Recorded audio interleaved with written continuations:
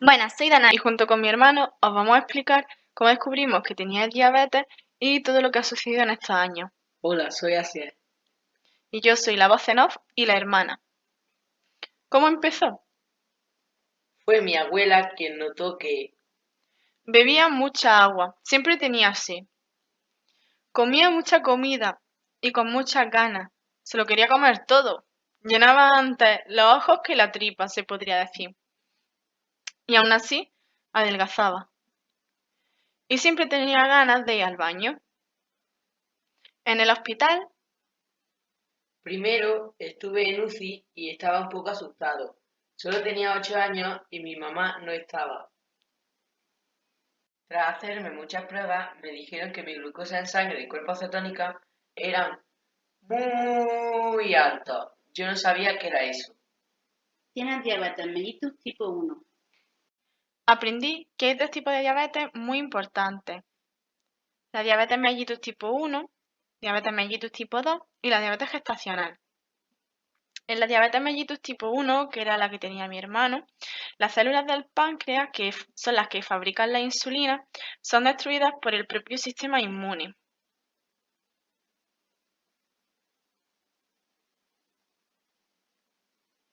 En la diabetes mellitus tipo 2 no se sintetiza insulina, o la insulina que se sintetiza es anormal, o directamente no se libera, o puede que no actúe bien sobre la glucosa. Y en la diabetes gestacional solo aparece durante el embarazo. ¿Qué es la glucosa y la insulina? La glucosa es esta cosa tan rara de aquí. Es un azúcar de 6 carbonos. La obtenemos de alimentos como estos. Hay alimentos que tienen más cantidad de glucosa, como puede ser la sandía o el pan, y otros tienen menos, como la lechuga, el tomate. La glucosa del intestino pasa a la sangre y de ahí a las células que la necesitan. La insulina ayuda a la glucosa a entrar a la célula. La insulina manda un mensaje a la célula para que abra la puerta o envíe unos receptores a su membrana que permiten pasar a la glucosa dentro de la célula. En las semanas que estuve en el hospital tenía que aprender un montón de cosas para cuidarme durante toda mi vida. Aprendí a contar los carbohidratos que tiene cada alimento. Así, por ejemplo, para conseguir una ración de carbohidratos solo necesitamos 18 gramos de pan o 63 gramos de magdalena, y sin embargo la carne no nos aporta ninguna ración de carbohidratos. Aprendí a pincharme para medir mi glucosa en sangre. Esta máquina me calcula la cantidad de insulina dependiendo de la glucosa que tenga y los carbohidratos que me coma. Entonces lo que él aprendió a hacer fue, primero se pinchaba con este aparatito de aquí que tenía dentro una aguja, y la sangre que salía se la recogía con una tira que se insertaba por aquí. Entonces el aparato calculaba la cantidad de glucosa que había en esa sangre. En este caso, pues vemos que es 300. Es súper alto, ya que lo normal está entre 80 miligramos por decilitro y 120 miligramos por decilitro de glucosa en sangre. Entonces, una vez que ya sabíamos la cantidad de glucosa en sangre, también te decía la cantidad de insulina que te quedaba en la sangre. Le podías introducir a la máquina las unidades de carbohidratos que te iba a comer, y haciendo unos cálculos que son un poco complicados, pues te decía la cantidad de insulina que te tenías que pinchar. Menos mal que me dieron esa máquina. Si no, tendría que hacer los cálculos a mano con todos estos datos. Y como veis, pues no son pocos. Las raciones de carbohidratos que se tienen que tomar en el desayuno son diferentes a las del almuerzo, la merienda y la cena, dependiendo de la cantidad de glucosa en sangre y de las raciones, pues se tenía que inyectar distintas cantidades de insulina. Esto fue en el primer año. que tuvo diabetes. Ahora la verdad es que le ha cambiado bastante, ya lo explicaremos más adelante. Esto de calcular los carbohidratos es bastante difícil, no solo cuentan los azúcares. Alimentos como la pizza tienen mucha grasa y proteínas que al juntarse cuentan como carbohidratos. Y estos carbohidratos son difíciles de controlar y contabilizar. Los carbohidratos que provienen de la glucosa, de los que hemos hablado antes, por ejemplo, de esa rebanada de pan, que con 18 gramos obteníamos una ración de carbohidratos. Bueno, pues esos carbohidratos se metabolizan en 2 horas. Tienen un pico en 2 horas y después ya no queda. Y como vemos, la insulina, que es la línea continua, tiene su pico también en esas 2 horas. Entonces la insulina pues controla bastante bien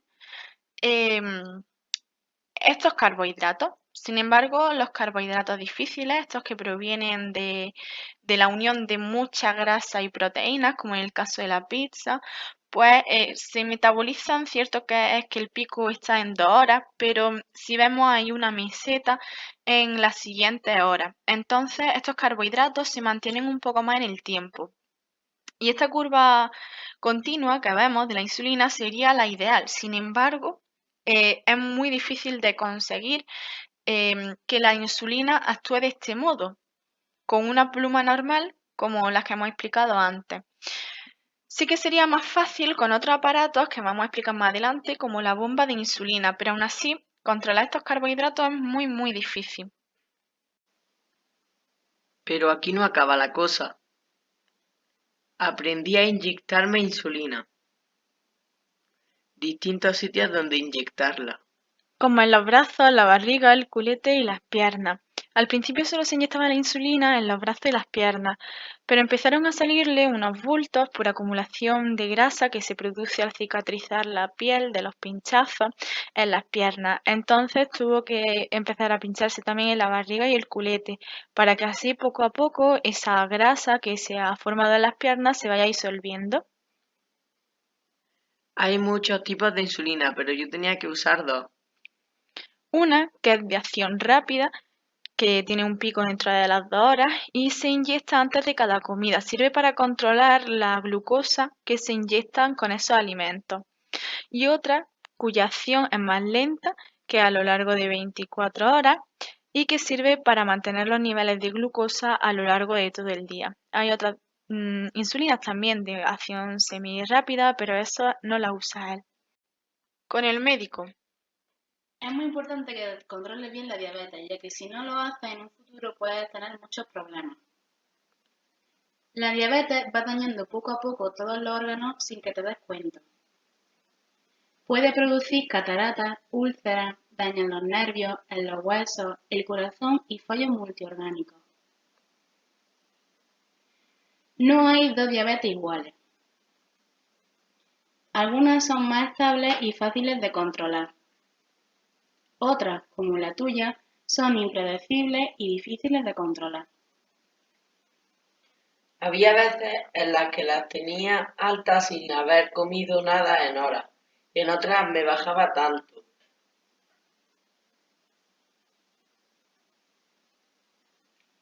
Lo más alta que la he tenido ha sido 500 miligramos por decilitro. Se podría decir que soy un dulce. Si durante muchos días tengo la glucosa tan alta, puede ocurrir que aparezca en mi orina cuerpos cetónicos. Si no hay suficiente insulina para que la glucosa entre en las células y éstas puedan obtener energía, las células utilizarán las grasas para obtenerla. Al utilizar las grasas para obtener energía, van a producir lo que hemos llamado cuerpos cetónicos, que son 3: hidroxibutirato, acetoacetato y acetona. El hidroxibutirato y el acetoacetato se van a mantener en la sangre y se van a eliminar por la orina, mientras que la acetona se va a eliminar en forma de gas por el aliento, que es lo que da ese olor fétido al aliento. Pueden causar cetoacidosis que puede perjudicar el cerebro, corazón o riñones. Para detectar los cuerpos cetónicos están estas tiras. Se añade orina a estas tiras y dependiendo del color que salga después en el bote, podemos ver si hay cuerpos cetónicos, si no hay cuerpos cetónicos o la cantidad de estos que hay.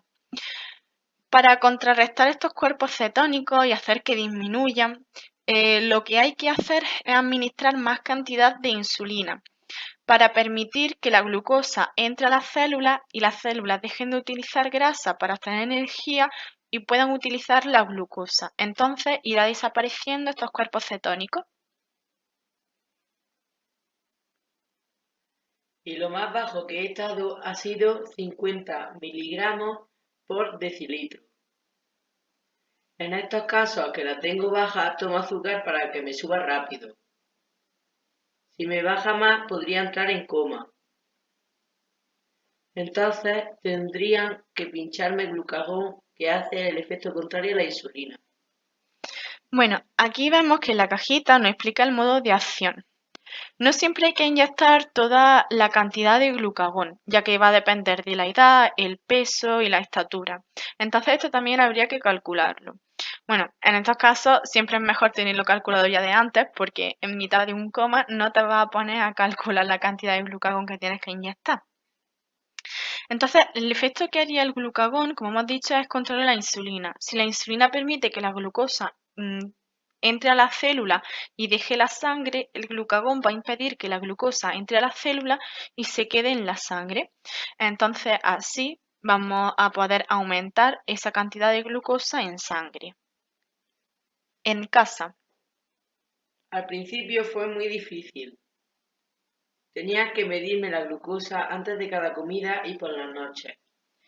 Por las noches se tenía que despertar 4 horas después de haberse dormido para ver cómo tenía la glucosa, ya que había veces que le podía subir muchísimo o que le podía bajar mucho. Entonces hay que tenerla controlada incluso por las noches. Conforme pasaba el tiempo, iba acostumbrándome. Hace un par de años me dieron un aparato nuevo para medir la glucosa. Este aparato se pone en el brazo, como vemos aquí la aguja, y va tomando la sangre. Si le pasas el teléfono por encima del aparato, te dice la cantidad de glucosa en sangre que tiene y como vemos, pues te hace un gráfico.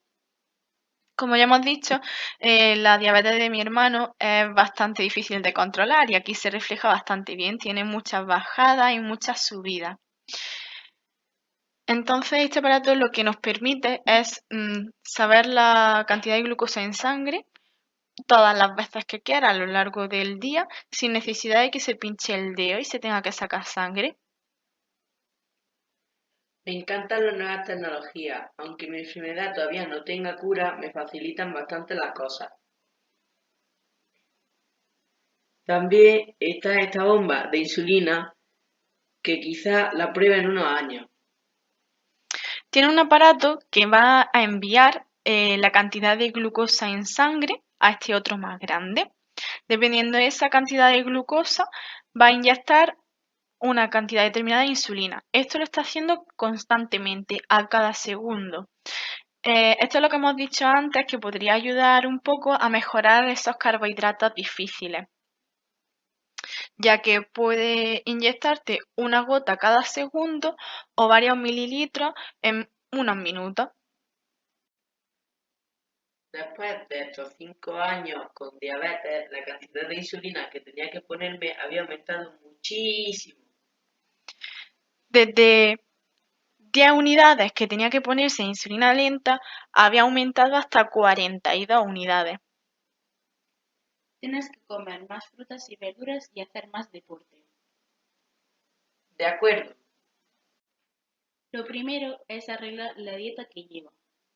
Un error es el exceso de pastas y cereales que ha estado comiendo. Cierto es que estos alimentos nos aportan más carbohidratos comiendo menos cantidad. Así, por ejemplo, 18 gramos de pan en una ración o 55 de macarrones también nos aportan una ración de carbohidratos. Pero la mitad de nuestro plato de comida deberían ser frutas y verduras. Las frutas y verduras aportan menor cantidad de carbohidratos mientras que la carne, pescado y huevos no aportan carbohidratos. Así, por ejemplo, 300 gramos de lechuga serían una ración de carbohidratos. Entonces siempre hay que intentar compensar nuestro plato de comida entre estos alimentos que con muchísima cantidad nos aportan pocos carbohidratos y otros que con muy poca cantidad nos aportan muchos carbohidratos. No podemos comernos, por ejemplo, las 5 raciones de carbohidratos que nos toca para el almuerzo con lechuga, porque si no, nos tendríamos que comer 1,5 kilos de lechuga y obviamente eso tampoco es bueno. Pero tampoco podemos basar estas 5 raciones en unos pocos gramos de pan o de pasta. Entonces siempre es bueno combinar la carne, pescado y huevos, que no nos aportan nada de carbohidratos, pero sí que nos aportan otras cosas, otros nutrientes que son bastante importantes para el cuerpo, con algo de pasta o pan, que nos aportan bastantes raciones de carbohidratos con pocos gramos, y con verduras, que necesitamos más cantidad para pocos carbohidratos. Mi desayuno favorito es Nesquik y unas tostadas de mantequilla y salchichón. Analicemos este desayuno. Respecto a la mantequilla Grasa, y el salchichón, grasa y proteína. una buena combinación, ya que cuentan con carbohidratos difíciles de controlar. El cacao. Vale, en el caso del Nesquik, si nos fijamos, cada 100 gramos aporta 79,2 gramos de carbohidratos. Y vemos que la mayoría pues son azúcares. No son azúcares intrínsecos de los ingredientes que lleva el Nesquik, como puede ser el cacao, sino que son añadidos. Entonces, podríamos llamar a estos azúcares malos. En el caso del colacao, los gramos son más o menos iguales, quizá un poco menos de azúcar. Y en el caso del cacao puro, la diferencia es bastante grande, solo 16 gramos de hidrato de carbono, de los cuales azúcar es 0,70 gramos. ¿Qué sacamos de conclusión aquí? Bueno, que por ejemplo, para conseguir una ración de carbohidratos, en el caso del Nesquik o el colacao, solo se podría echar 16 gramos para una ración. Sin embargo, en el caso del cacao puro, para conseguir una ración de carbohidratos se podría echar hasta 63 gramos. Esto es un ejemplo de cómo eligiendo alimentos con menos azúcares o menos hidratos de carbono podemos comer más cantidad. La diabetes no siempre significa pasar hambre, solo tenemos que elegir alimentos sanos. ¿Cuál sería el mejor desayuno? Mejor desayuno es combinar un vaso de leche, que sería una ración de 200 mililitros de leche, con el cacao puro que hemos visto antes, unos 63 gramos. Y lo mejor no es no usar azúcar, así que podríamos utilizar un edulcorante alternativo, como la stevia, que es natural y que tiene un poder edulcorante bastante grande, aunque también está la opción de no añadirle nada. Podemos desayunar también fruta, que nos aporta pocos carbohidratos, comiendo bastante cantidad, excepto algunas frutas como pueden ser la sandía o el plátano, que son más dulces, o algunas tostadas de fruta, salmón, huevo, aguacate. Deporte. Bueno, la voz en off también es la hermana de Asier. Soy Danai, como ya he dicho al principio, y yo lo que estuve pensando es que mi hermano necesitaba hacer deporte, entonces me puse a investigar. Como hemos visto, había pasado de necesitar 10 unidades de insulina a 42 unidades de insulina, entonces tenía una mayor resistencia a la insulina. Así que era muy importante disminuir esa resistencia. En este artículo pude leer que tanto en ratones como en humanos, el HIIT aumentaba la sensibilidad a la insulina y así se disminuía la cantidad de glucosa en sangre. Es decir, tenía que inyectarse menor cantidad de insulina para tener el mismo efecto. Como mi hermano no hacía deporte desde hacía un año, había que empezar poco a poco e hice un plan semanal. hay que tener en cuenta que trabajar todos los grupos musculares con distintas intensidades. Entonces recoge ejercicios de distintas fuentes, de Patrick Jordan, que seguro que todos la conocéis, de libros de deportes, cursos que había dado anteriormente, e intenté hacer una rutina lo más completa posible. Quiero ver cómo cambia su sensibilidad a la insulina si hace deporte. Y si vosotros queréis saberlo, también podréis verlo durante los siguientes meses en estos dos sitios, tanto en Instagram como en LinkedIn, que os lo dejo más hacia adelante. Espero que hayáis disfrutado y aprendido mucho con nosotros. Y si queréis seguir aprendiendo, podéis seguirme en estos dos sitios o mandarme cualquier duda al siguiente correo: